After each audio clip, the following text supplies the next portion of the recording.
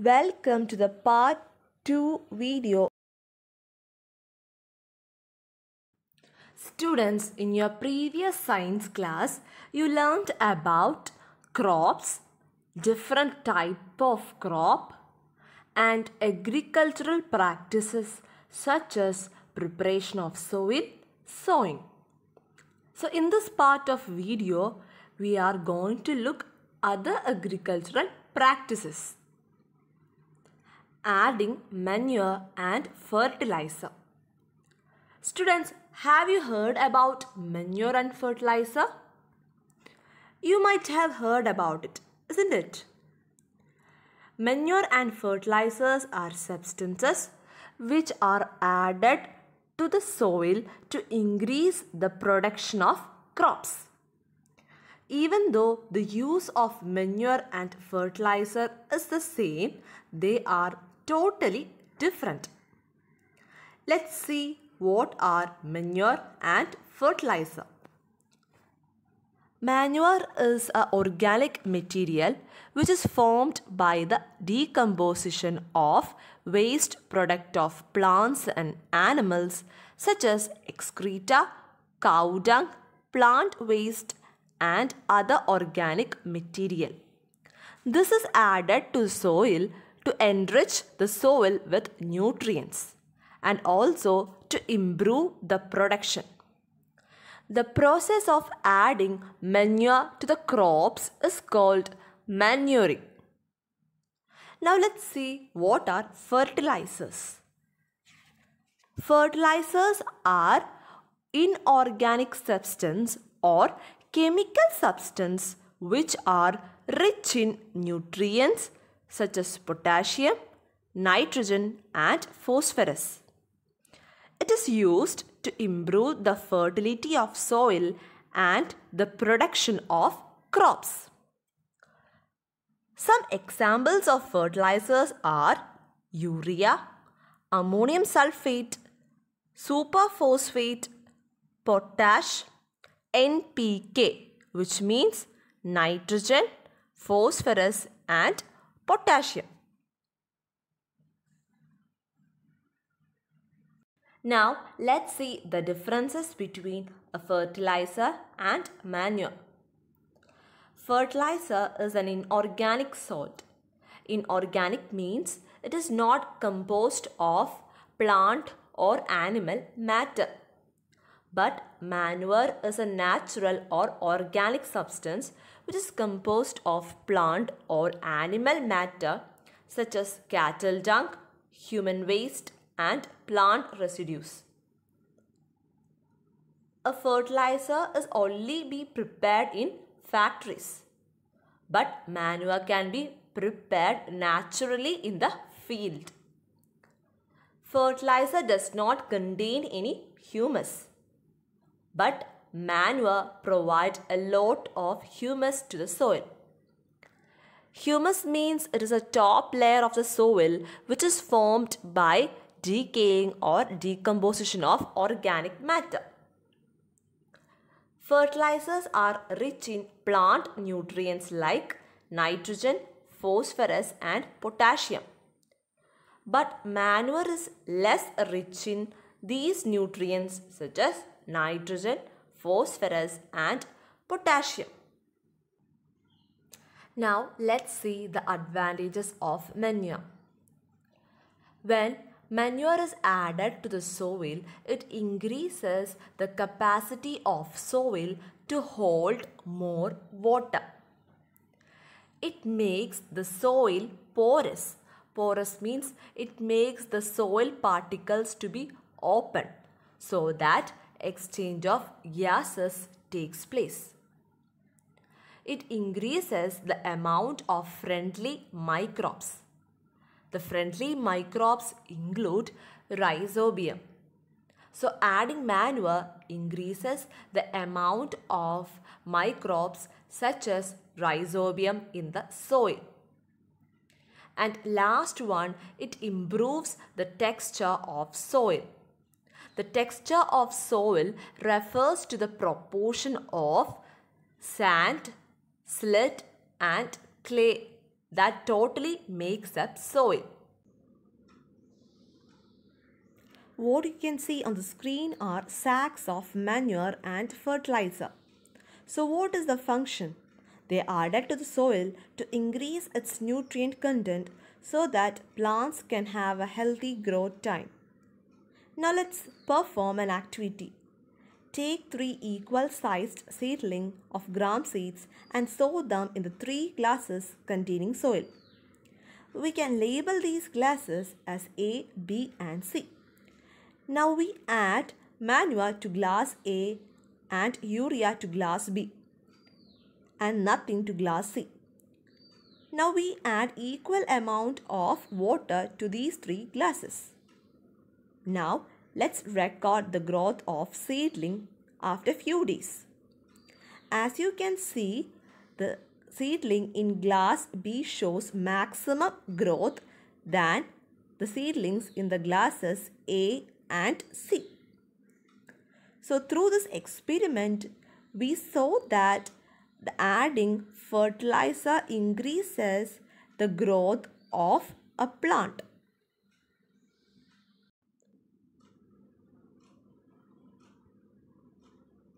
Now students, let me ask you a question. Which is more safer to use? Is it manure or fertilizer? We know that fertilizers are more beneficial than manure, but it is not that safer to use, as fertilizers are harmful as well as the main source of water pollution. So it is always better to use the natural manure in the field.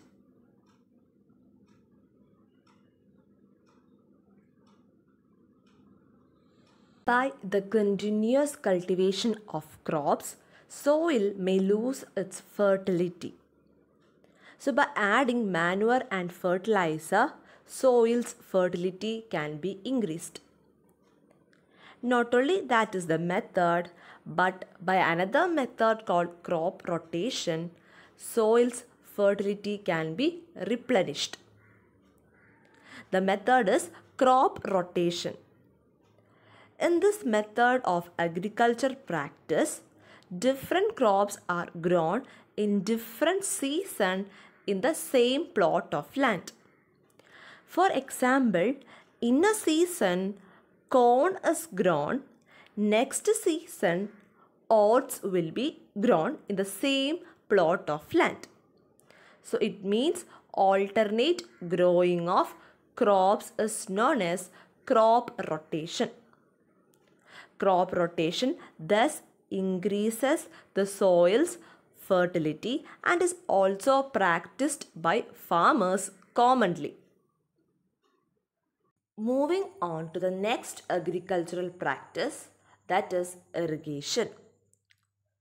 We all know that water is important for the proper growth and development of plants.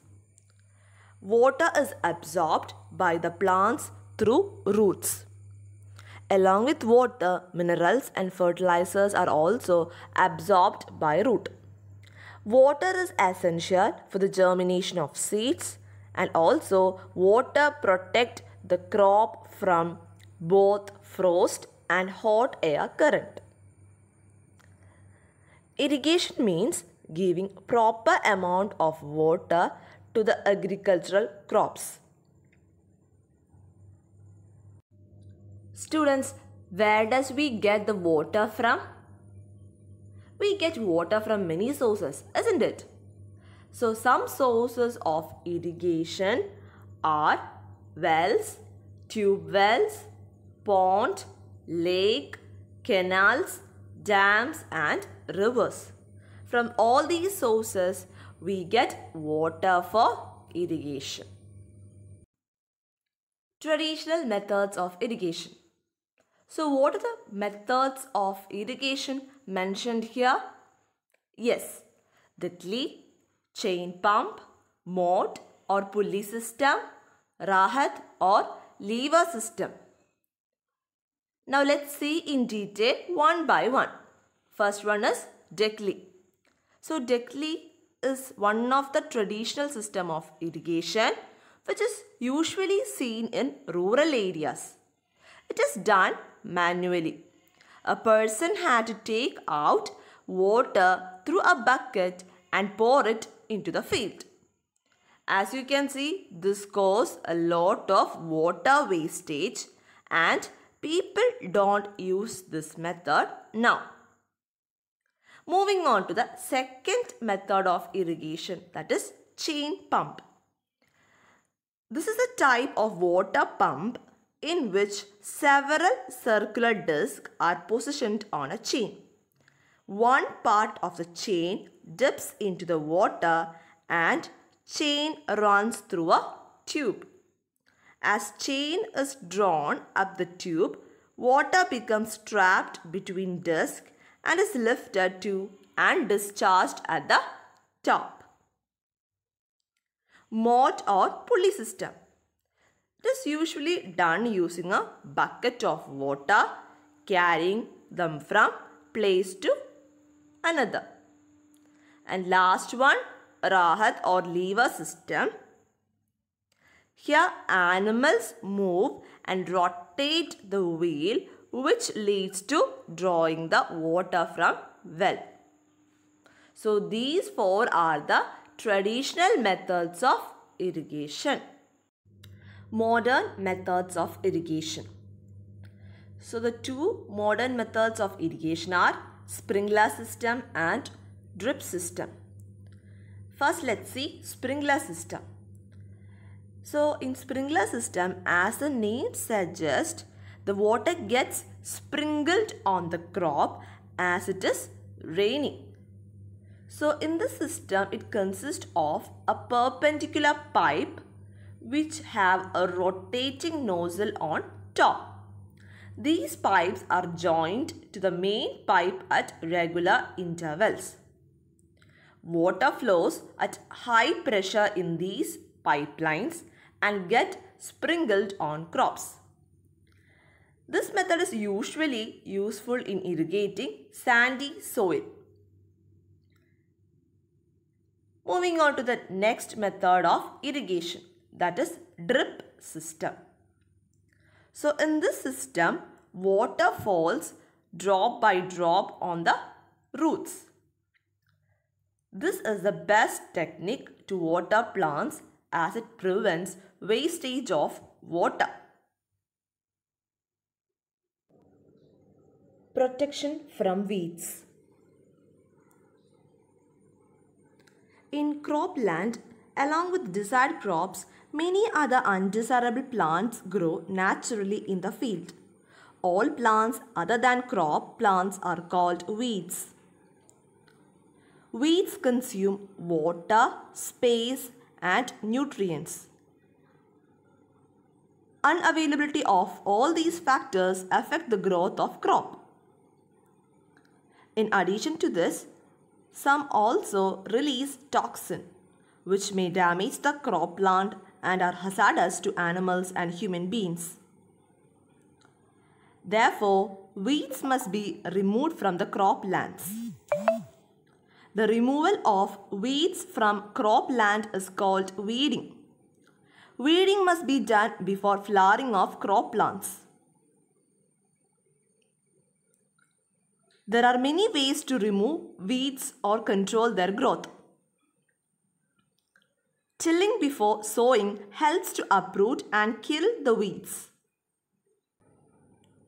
Manual removal of weed is done by kurpi or seed drill. Some chemicals are also used to remove weed. That is, diluted weedicides are sprayed with sprayer. Example for weedicide are 2,4-D metachlor.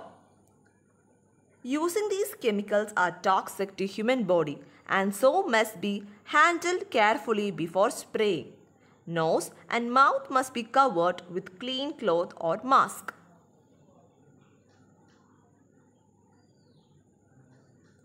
Harvesting. The process of cutting matured crop is called harvesting. In this process, crops are pulled out or cut close to the ground either by a sickle or by harvester. Fresh crops contain moisture, so they must be dried in the sun. The separation of grain seeds from harvested crop is called threshing. It is done by a thresher. There is another machine called combine, which is a combination of harvester and thresher. After separation, the stem of crop is cut into small pieces and stored as hay. It is used as a fodder, that is, food for cattle. Farmers with small land separate the grain and chaff by winnowing. The chaff being lighter flow away with the wind and fall away from the grains. These grains are separated.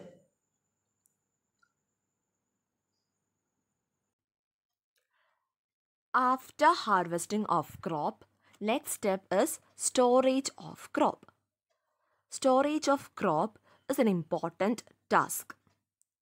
Harvested grains must be stored to protect them from spoiling or attack by organisms such as insect, pest, bacteria and fungi.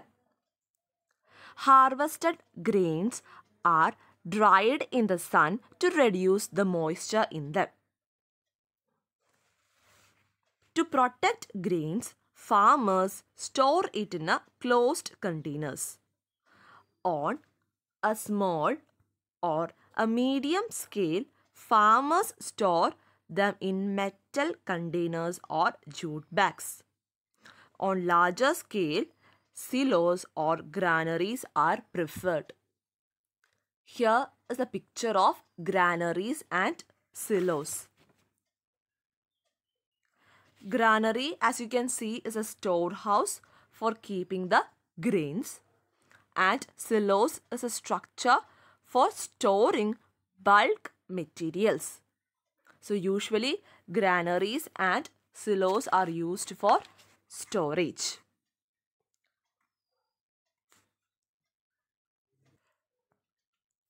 Students, what all things we get from animals? We get many things from animals, isn't it? Think about different food items we get from animals. Yes, meat, egg, milk, etc. So, animal husbandry is a branch of science which deals with breeding and caring of animals such as cattle, dogs and sheep. When animals are reared, given food and shelter on a large scale, it is called animal husbandry. And this was our last topic for the chapter.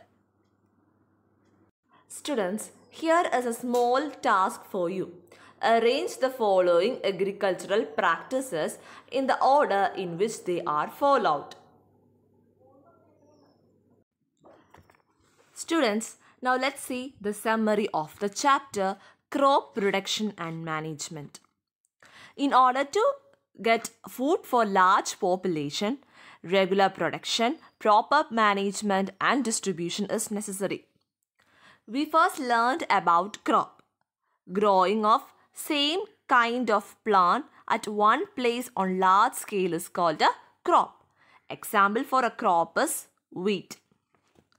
Depending upon the climatic condition of India, mainly there are two types of crop, kharif and rabi crops. The crops which are sown in rainy season are called kharif crops. Example, paddy, maize, soybean. The crops which are grown in winter season are called rabi crops. Examples are wheat, gram, pea, mustard. Next, we discussed about different agricultural practices. And first one was preparation of soil. Preparation of soil is the first step before growing a crop. And it is one of the important tasks in agriculture, that is to turn the soil and loosen it. And the agricultural implements used were plough, hoe and cultivator. And the second step was sowing. Sowing is an important part of crop production. So before sowing, good quality, healthy seeds must be selected. So sowing is done using a seed drill and also by a funnel. The third step was adding manure and fertilizer. These are substances which are added to the soil to enrich the growth of plants. We also saw the method of crop rotation, that is alternate growing of crops in different seasons in same plot of land. We also saw the differences between fertilizer and manure and also advantages of manure. The next step was irrigation. The supply of water to crops at regular intervals is called irrigation. Some sources of irrigation were tube wells, pond, lakes, rivers, etc. Traditional methods of irrigation were moat, chain pump, Dekli and Rahat. Modern methods of irrigation are sprinkler system and drip system. The next step was protection from weeds. Undesirable plants that are grown along with crop is known as weeds, and removal of weed is called weeding. There are different methods for removal of weeds, such as using a kurpi or uprooting the weeds, and also using a chemical called weedicide. After protection from weeds, next step is harvesting. The cutting of crop after it is mature is called harvesting. Then the last step was storage. Storage of produce is an important task. Harvested grains must be stored in order to protect from pests, bacteria, fungi and even moisture. Usually grains are stored in silos and granaries. And the last topic was animal husbandry. It refers to rearing and caring of animals on large scale.